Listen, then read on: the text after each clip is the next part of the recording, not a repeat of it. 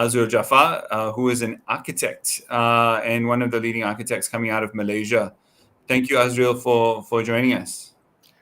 Thank you, Nordin. It is a pleasure for us as part of the VERITAS to be here in your show.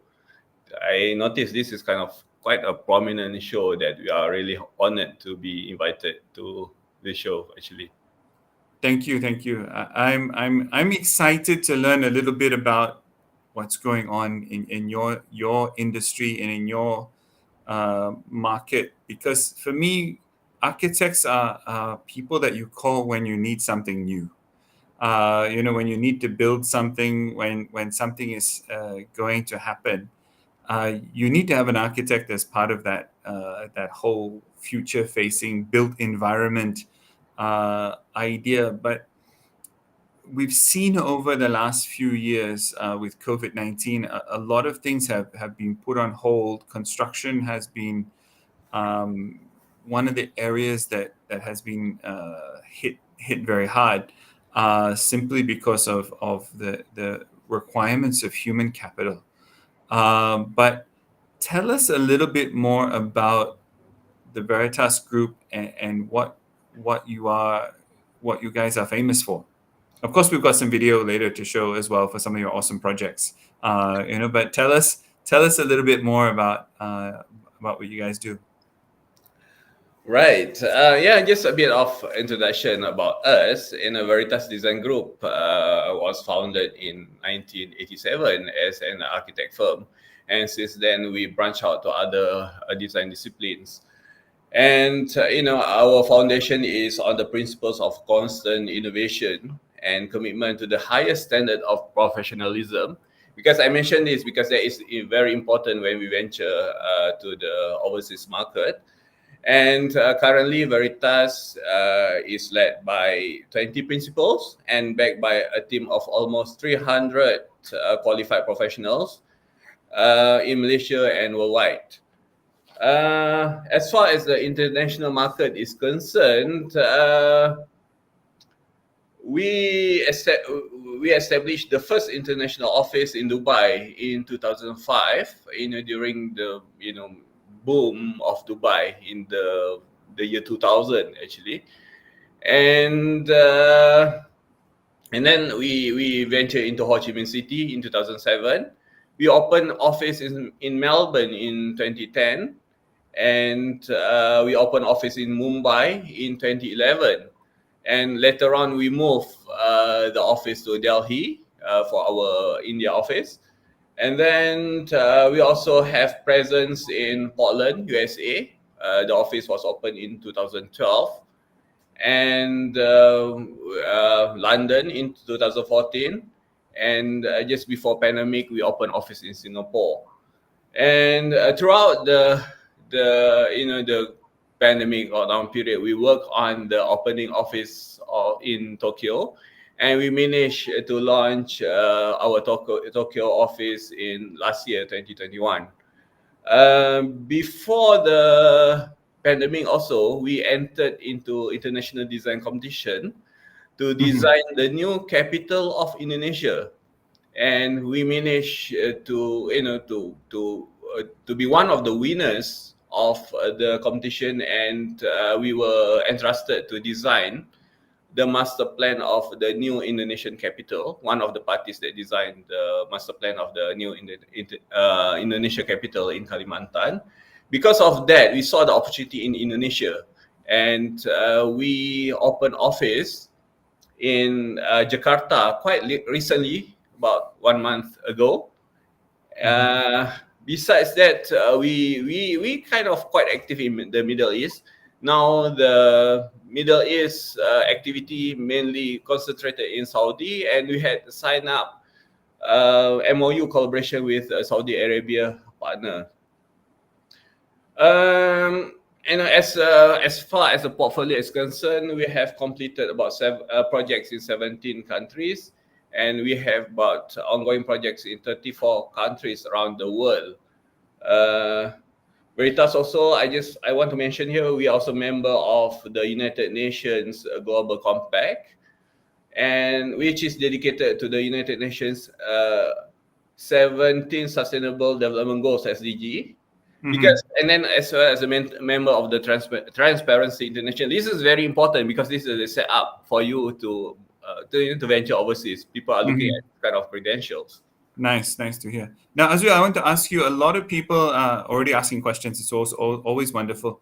Thank you, everyone, and Mariza actually is from Jakarta, who always joins us. Thank you. Walaikum salam, and Shao Yim Yao also has joined us. Good afternoon, everyone. So I wanted to ask you about sustainability, because some of these questions are really about sustainability, and when you talk about the new Indonesian capital, this is something that is going to be one of these new amazing projects. What are you guys doing to ensure that it's going to be sustainable? Right. I think we have gained kind of like a lot of experience as far as sustainable design, low carbon design is concerned through our 30 years experience. And for the Indonesian capital in particular, this is opportunity for us to start on the green slate, and try to introduce the the proper infrastructure as far, first of all, how to manage the flooding. Because of global warming, you have to manage the global warming, especially in the future. At the same time, the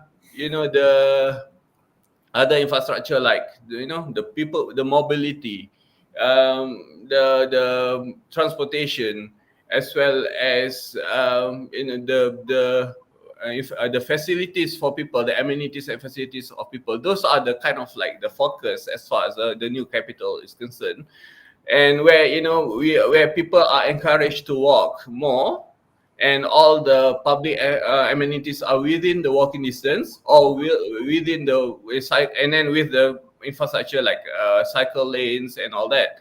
So those are the priority as far as the the lifestyle and the infrastructure is concerned towards a sustainable urban design.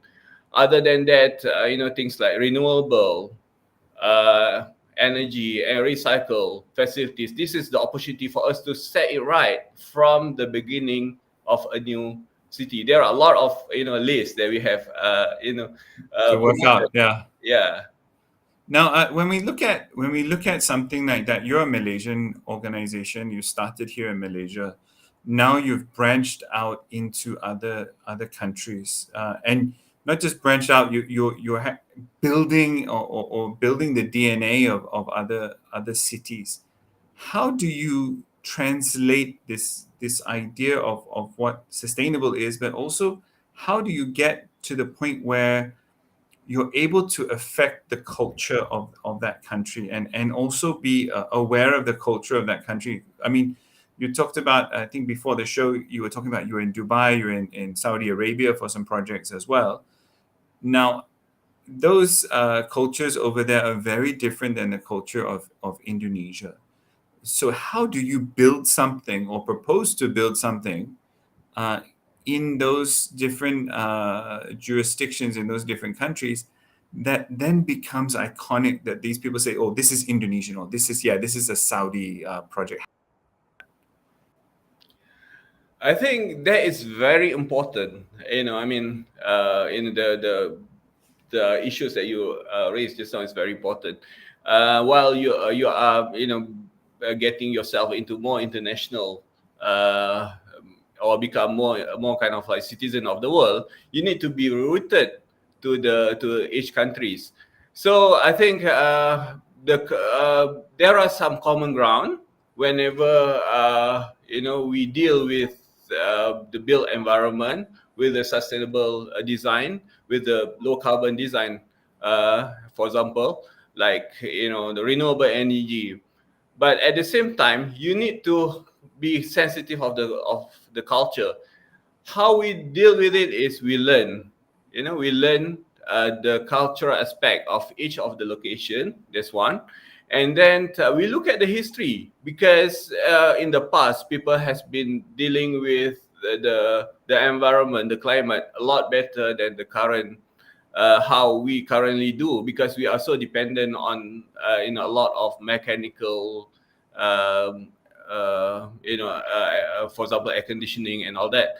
So I mean, by looking from the some ideas from the past, which is closely related to the culture of the place, that kind of like bring out the indigenous of the design solution. I think this is one way of our approach that has become identity of the building of a certain particular place. Okay. Now, if I just ask us when we're building cities and building communities, how do we create this human experience? Now, you mentioned earlier about making cities more walkable.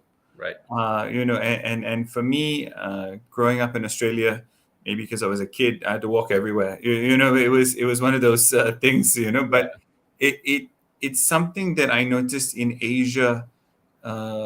Is not a big thing in terms of walking around. One, it's the heat. I think it's to do with the heat. But how do you design uh, a city that becomes more walkable? I see. Depends on the climate, first of all, and then you Mhm. need to deal the walkability and relate to the climate. Okay, you mentioned that you walk a lot in Australia, but I used to walk a lot during when I was a kid in Malaysia too. Maybe it's because we Because were kids. I mean, that could be the reason. Now it's the new thing. yeah, but the thing is, there's a way of you cannot look at the built environment in isolation. You need to look at it as part of the environment. For example, you have to look at the landscaping, the vegetation, how the microclimate or the surrounding climate affect the ambient temperature of the place. For example, that's one, the landscape. And then the next one is you have to make the buildings connected. The good example in the past is if you walk around the old city in Malaysia, you always find the 5 foot way. The connectivity through the front 5 foot way, kaki lima, is very useful, to deal with the weather. First, it provide the transition from the heat outside, and because it shades before you go into the inner part of of the building, and at the same time, it also protect from the rain. Mhm. Those are the things. Is I mean simple things that kind of how old, I mean how the previous generation deal with the climate. The same thing has been carried out in the cities of Singapore. Even though they have the modern building, they ensure that the walkability between buildings are maintained. I think those are some of the good things that some we need to reintroduce in Malaysia, the connectivity or the pedestrian mobility in our urban design. Having said so, I just since we mentioned about the pedestrian mobility, I just want to mention one project that we did Mhm. recently Okay, cool. completed, which is the bridge that link pedestrian bridge that Mhm. link KLCC to Kampung Baru. It is a Saloma link. Well, is it that famous one that is always in the photos now? Well, yeah, I'm not sure how famous it is, but I've seen it. I've seen it. Yeah. yeah, I mean, this is something that we try to push the idea of pedestrian mobility in the city through a more celebrated way, Mhm. and try to get people to come and then experience the walking in the city. Of course, Mhm. we need to have some enclosure to provide a certain level of respite from the hot sun of Kuala Lumpur. But there is, I mean, this kind of like kind of small intervention to the current Mhm. urban design that hopefully will carry through. In fact, if you notice that the little link between KLCC and Kampung Baru kind of like make the pedestrian walkway network even more in Kuala Lumpur even more complete. You can walk from Mhm. Kampung Baru, or in fact, Mhm. you can start your walking from Taman Tasik Titiwangsa. Of course, you have to cross some road, and walk all the way through KLCC and through network of the pedestrian walkway to Bukit Bintang and all the way to in the Bukit Bintang area. And then this is how the small thing that link, you know. Now, Shao just mentioned about cycling, and that was going to be actually one of the things I wanted to bring up. Yeah. Cycling and also electric vehicles. Yep. Now, these two things require a change in design of cities. Now, for me, why do I say that? I mean, cyclists are, in a sense, easy targets for bad drivers. This is one, but also electric vehicles require a new set of infrastructure to be put in place. How do you design, and how are cities going to be designed in the next 5, 10, 15 years? And we as people living in cities, of course, urbanization continues to happen. How are we going to see this change from an architectural perspective? And how do we make it beautiful as well? I mean, I've seen some like, oh, this is going to be an EV station, and it looks like, okay, that's not Okay. lovely. Yeah, what do you think? Well, this is the challenge for the designers. I mean, EV station can be nice, can be beautifully designed as well. Those are something, I mean, we need to inject the artistic element into it. But as far as the cycling is concerned as a whole, I think what the problem with getting people away or move away from their cars is the last mile connection. People can take public transport, LRT, MRT, and all that, but from the station, from the LRT or MRT station to their final destination, there's a kind of missing link. This is where probably bicycle can solve the problem, or even electric scooters can solve the problem. But the thing is, what we need to look at is the holistic solution. For example, if you cycle, you need to provide some infrastructure to the cyclists. You need to provide a secured locking system. You need to provide a shower for people to change, because cycling in this hot climate is kind of like a bit taxing. And then for the electric vehicle, it is one way of to lower the carbon footprint or carbon consumption in the city, but that is not the only way. The technology is moving. Probably there's other source of energy in the future. But I mean, another things about electric vehicle, we need to look at the source of generating electricity as well, whether it is coming from the renewable source or it is coming from non-renewable source. This another issue. This is the thing that you need to look at the whole infrastructure, the whole ecosystem, and to make sure that it is kind of more holistically dealt with. Nice.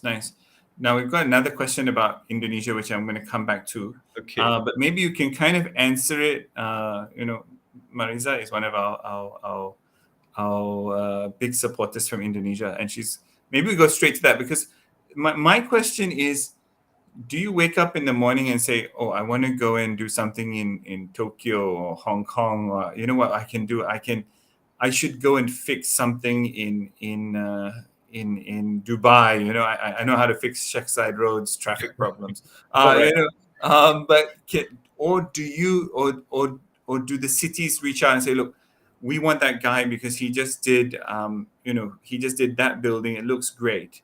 Give me one of those in my city. How do you see it working? Is it you choosing cities, or cities choosing you, or a bit of both? How does it work? All right. Depends how busy we are. Because the thing about doing work overseas is or you have some collaboration, or you have friends overseas, you start to receive messages at odd hours. Sometimes before you go to bed, you receive some messages. So I like this building. Can you and then you start thinking about it before you go to sleep, and and then it just doesn't go away. But the thing is about we don't well, if we have some preference, yeah, we will go for the the most obvious reason on the more impactful of the sustainable design that we can implement in particular city. So I think but most of the time we don't have much choice. We'll go for the project and we start working on the ideas or sustainable design ideas on that particular cities and start injecting all those new low energy ideas as we go along. And as well as there's not only one aspect of design that we are incorporating when we design building, but also the cultural aspect as well. How we challenge the user, how we try to invent the new way of do things. And I think we don't really choose cities, but whenever the project comes along, we try to incorporate new ideas. As far as sustainable, the cultural, the way of new way of doing things and all that. Okay. Now let's come back to Indonesia again. Marisa has talked about moving the capital. Now, I'm not clued into to all the domestic politics around moving the capital. Why is Indonesia moving their capital from Jakarta, and why is it a good idea? And what are going to be the challenges from an architectural perspective and a planning perspective that you see being solved by moving the capital? I think, as probably you mentioned just now, sometimes the decision is being made, and we don't have, we can't really impart our opinion into that kind of the decision, but we can. I believe there's some good reason for the government of Indonesia to move the new capital. But for us, from the designer's point of view, is we try to make the best of it as far as the design is concerned, and then this is an opportunity for us to correct what was not done right in the previous city, for example, and try to make it as good as possible, actually. And then try to incorporate the new ideas and the new way of life into the new city. Mm-hmm. Okay. Obviously, we've got a lot more to discuss about the Indonesian capital, and for me, it's an amazing idea to shift such a strategically important capital to a completely different island. And I'm sure there's going to be a lot of work and a lot of things for us to all learn in that exercise. It's not like moving from KL to Putrajaya, and everyone thought that was a long way to go once upon a time. But now, when we start to look at the way we live, when we start to look at the way we lived during COVID-19, has design changed? Have people asked for more space? Or I've heard this term a lot, space is the new luxury. But what are you seeing from the literally from the drawing board? Has it equated to the drawing board, or is it just discussions in the media? Right. I think first of all, we need to look at, or we need to move the attention from the sustainable design. Sustainable design is good, but then we need the building that we design has to be more resilient. What I mean by resilient is it needs to be a bit more adaptive to the new challenges. For example, if you look at the apartment buildings, for example, you need to have, when people are locked into this kind of box, you need to make it more comfortable for people. Just try to have more connection to the outside, having a more comfortable balconies, and for example, and that kind of thing. And then another thing that changed the design or changed the priority of the design is public spaces. And even though COVID, COVID lockdown, you are not allowed to go to the public spaces. But then the public spaces is very important, and maybe this is something that we have to give more attention to in the future. And as well as subsequent to the pandemic, our country has been hit by the extreme flood and extreme weather condition. Those are another thing that we have to to deal with quickly. For example, the flooding, we design cities for the worst 100 years condition, and then that 100 years has become more frequent. So we need to start adjusting our solution to make it more more adaptable, more flexible to deal with the climate. Actually, dealing with the climate is something is more important now, or more urgent now. So we need to look at it from various angles. Mm-hmm. One of the things that I've seen is this idea around 100-year events and 500-year events, and I again, in Australia they were talking about, this was a once in 100-year flood and once in 1,000-year flood, and one of the media guys was, we're going all the way back to Noah's Ark to discuss how bad the flood was. But for me, when I look at some of these things, that there's also a historical reality that a lot of communities were built around rivers. Yep. And not just rivers, the confluence of rivers where two rivers come together, which is the best place to have a flood. Now, when you are looking at redesigning where to put housing projects and these kind of things, how aware of these kind of crisis-related events are government agencies and the planners, that they are saying, look, these are the crisis points that we need to deal with. Floods is just one of them, and now with the ability of increased mobility, different access to data, all of this means that you don't need to be on the river anymore. Is this changing, or is it still, are we addicted to living close to water? What are your thoughts? I think the main reason for people like to live close to water in the past is for practical reason. It is the center. It is because of the transportation as well as the main economic activities in the past.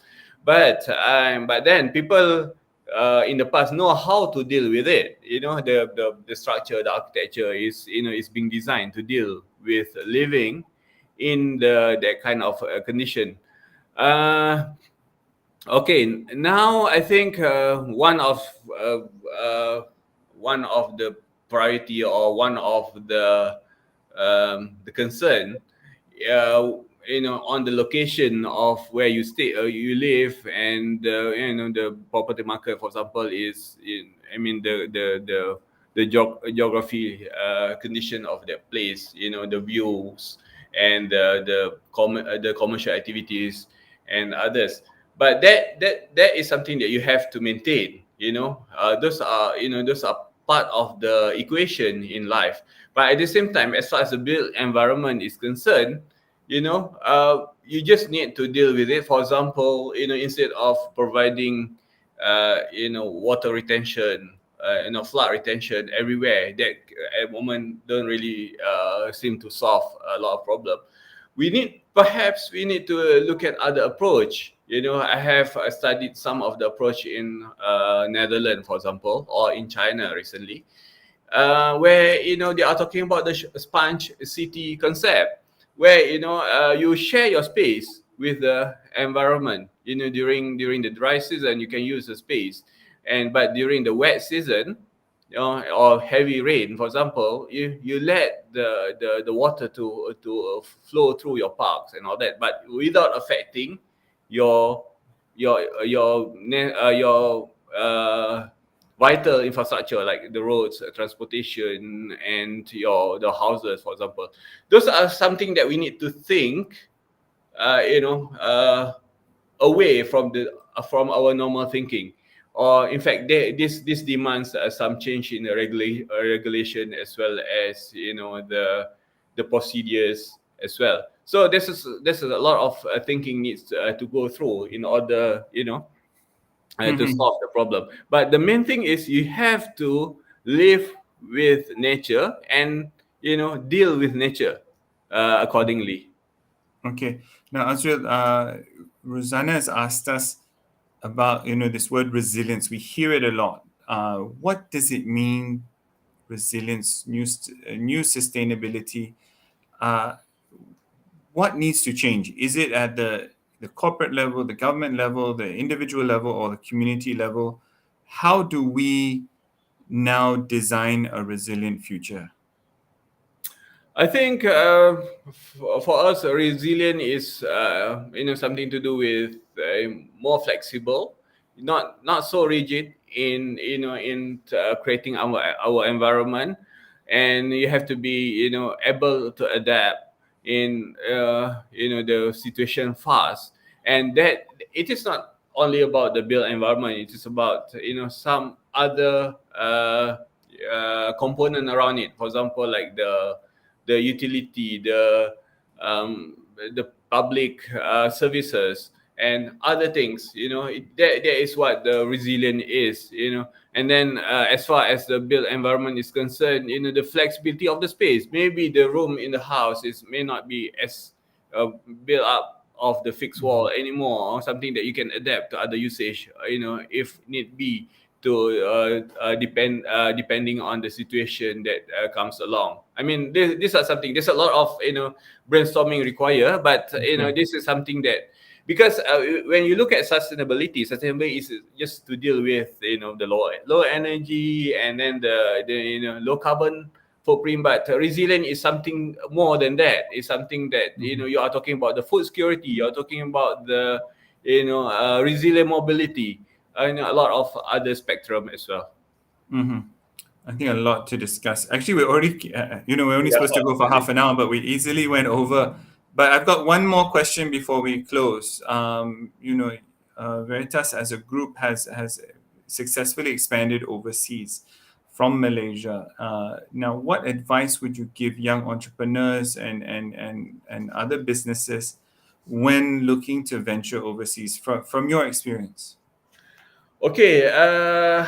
I think first of all, the mindset. You need to be. You need to set the standard as or reference to the overseas market, and you need to gear your office towards that. And the diversity of thinking, the diversity of the staff, and all that. And then the next thing is you always need to benchmark your works with the global or international market. So that is the first part of it, is the mindset and the setup. Okay, the next thing is you need to build the culture of excellence. I mentioned Mm-hmm. briefly just now, and then by having the right people, the right strategy, and the right experience. Some of the experience you can gain from your own work locally, but some is through reference or through collaboration with other international partners. Okay, and other than that is, start testing with entering international design competitions. As far as architects is concerned, start enter the international design competitions, so that you gain a lot of experience, you build up your portfolio, and you can have a more complete package to present whenever the need arises for your presentation to the suitable client. And then other than that, try to get the okay, whenever you do that, you have to maintain the good portfolio, document it properly, and at the nicely at the with the international taste. and then at the same time get the works published in the international media. That's very important, and it is easier to do nowadays because through the social media. It used to be a bit harder in the past. And then maybe maintain or build relationship with the foreign consultants, because sometimes the foreign consultants will come to work in Malaysia, and they require the local partner as architects of record or engineers of record, that kind of thing. So through that relationship, we could get vice versa. You could venture to overseas market as well, but at the same time you use that relationship to as a platform for transfer of technology. So this is some of the tips that I can give. And yeah, probably other than that, maybe get in touch or get close with our trade mission. Martrade has been doing a lot of good work in promoting services to the overseas market, as well as they can do a good business matching in the program. I think you kind of like save a lot of effort by joining this mission from Matrade, for example, and other perhaps you can join the local companies or the local client GLCs, private entities who venture overseas market. Those are the Okay. potential projects. Yeah. Azril, I want to ask you, did you watch the latest Batman movie by any chance? Oh, Not I yet? didn't actually. Okay, I was because I was going to ask you another question, but if only if you had watched the Okay recent then. Batman movie. It was, I mean, but maybe you can, I mean, just pretend you watched it. Okay. Because uh, one of the things that when I was watching this movie, it was about Gotham City, Okay. and it was full of crime and all kinds of terrible things going on.